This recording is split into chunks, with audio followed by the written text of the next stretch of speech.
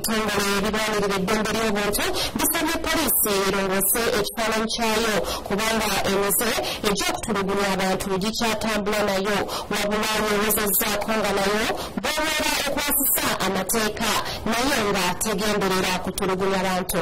Hart Nakaweesa kaatuwe eggulire lino mu bujjuvu.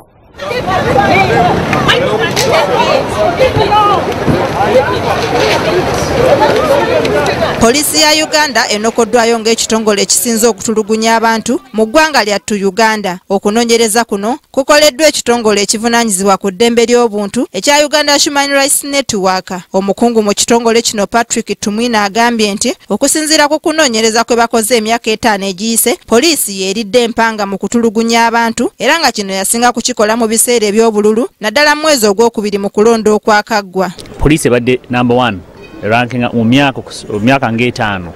Trends zetu jazize wansi katono naye still police ekyali waggulu. Ate trends endala zirimu changes bibaddemu kati tulabye nti kubaddeko other law enforcement agencies nga KCCA na private companies nabo bali babadde involved mu kutochalinga abantu bakutulugunya abantu. Ono asabye poliisi okuvaayo okulongoosa ekifaananyi ekibi kati kyeyina mu bantu era wano n'asaba eweeyo abo bonna abenyigira mu kutulugunya abantu basobole okuvunaanibwa. Ekisaanidwa okukola kiri accountability. Abo bonna abakoze ekikolwa ekyo ekyokutulugunya abantu bavunaanyibwe. Poliisi ebulire public nti ayakola bwekiti kino kimukoleddwako ekyo kyokka kijja kulaba nti okuzira abalala abantu badde bakola ebikolwa ebyo. Limited training would also cut across for the officers to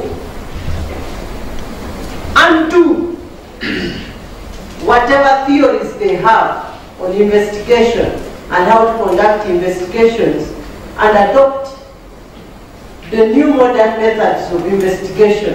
Tumwina agambye nti poliisi etulugunya abantu bangi okuva mu bitundu ebyenjawulo era wano n'asanyukira etteeka eppya eritongozeddwa erya Prevention and Prohibition for Torture Act 2012 erigenda okutandika okusibwa mu nkola ng'abantu bano bavunaanibwa era nga lino litongozeddwa omukungu okuva mu European Union Saison Meyer. Hairat Nakaweesa, Kingdom TV amalindirire.